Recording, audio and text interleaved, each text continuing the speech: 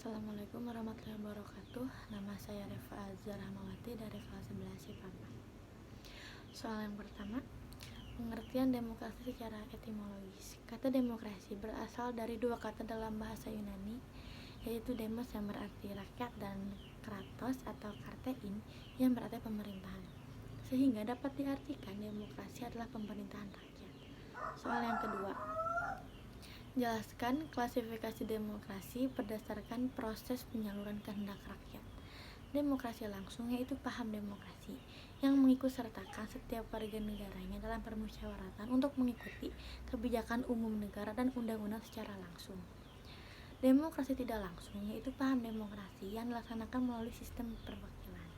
Soal yang ketiga, sebutkan 10 pilar demokrasi menurut Ahmad Sanusi. Yang ke-1, demokrasi yang berketuhanan yang Maha Esa. Yang kedua, demokrasi dengan kecerdasan. Yang ketiga, demokrasi dengan berkedaulatan rakyat. Yang keempat, demokrasi dengan rule of law. Yang kelima, demokrasi dengan pemisahan kekuasaan negara. Yang keenam, demokrasi dengan hak asasi manusia. Yang ketujuh, demokrasi dengan pengadilan yang merdeka. Yang kedelapan, demokrasi dengan otonomi daerah. Yang ke-9, demokrasi dengan kemakmuran. Dan yang ke-10, demokrasi yang berkeadilan sosial. Soal nomor 4, jelaskan 5 indikator sistem pemerintahan yang demokratis menurut Afan Gavan. A. Akuntabilitas. Dalam demokrasi, setiap pemegang jabatan yang dipilih oleh rakyat harus bisa mempertanggungjawabkan kebijakan yang hendak dan yang telah ditempuhnya. B. Rotasi kekuasaan. Dalam demokrasi, peluang akan terjadinya rotasi kekuasaan harus ada dan dilakukan secara teratur dan damai. C. Rekrutmen politik yang terbuka. Untuk memungkinkan terjadinya rotasi kekuasaan diperlukan satu sistem rekrutmen politik yang terbuka.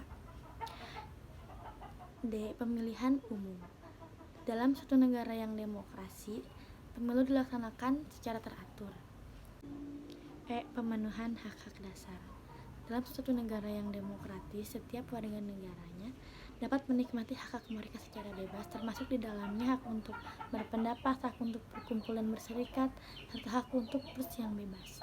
Soal yang kelima, jelaskan pentingnya kehidupan yang demokratis.